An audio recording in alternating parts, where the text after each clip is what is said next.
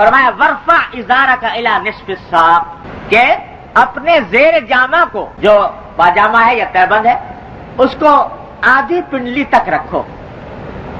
فَإِنْ أَبَيْتَ فَإِلَى الْكَعْبَيْنِ، اگر آدھی پنڈلی تک نہیں رکھ سکتے تو ٹخنوں تک رکھو.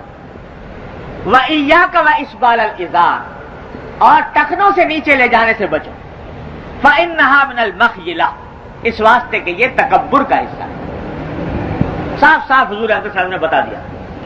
اور یہاں پر آپ ذرا دیکھ لیجئے کہ نصیحتیں جو فرمائی جا رہی ہیں پہلی ملاقات میں، اسی میں یہ بات فرمائی جا رہی ہے کہ یہ سب کام کرو، اور ساتھ ساتھ اپنے ازار کو، اپنے تہبند کو، اپنے پاجامے کو ٹخنوں سے نیچے نہ ہونے دو، اس واسطے کہ نیچا ہوگا تو یہ تکبر کی علامت ہے.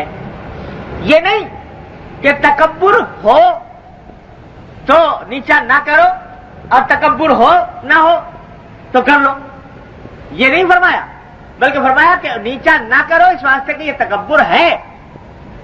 بعض لوگ کہہ رہے ہیں ہم تو تکبر کی وجہ سے نہیں کرتے، ہم تو یہ جو منع ہے، یہ تکبر کی وجہ سے منع ہے، ہم تو تکبر کی وجہ سے نہیں کرتے.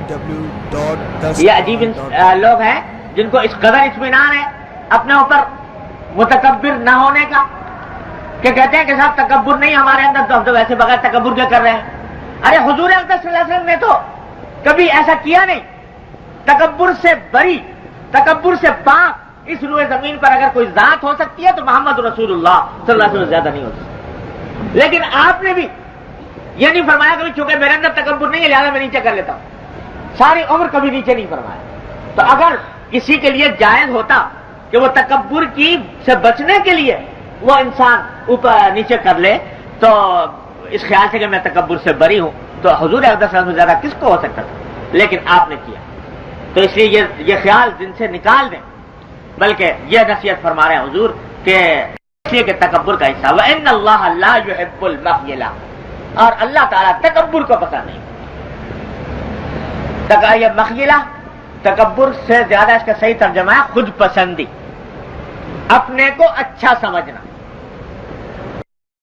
مقابلے میں اپنے آپ کو اچھا سمجھنا، میرے اندر بڑے کمالات ہیں، بڑے اوصاف ہیں، اپنے آپ کو بڑا کچھ سمجھ رہا ہے، یہ اللہ تبارک و تعالیٰ کو پسند نہیں. وہاں تو مقبول ہے شکستگی، عاجزی، درماندگی. اللہ کے سامنے جتنا بھی شکستہ ہوگے، تواضع کرو گے، درماندہ ہوگے، اتنا ہی اللہ تبارک و تعالیٰ کے یہاں مقبول ہوگے. اور جہاں بڑائی آ گئی، خود پسندی آ گئی، تو وہ اللہ تبارک و تعالیٰ کو پسند نہیں.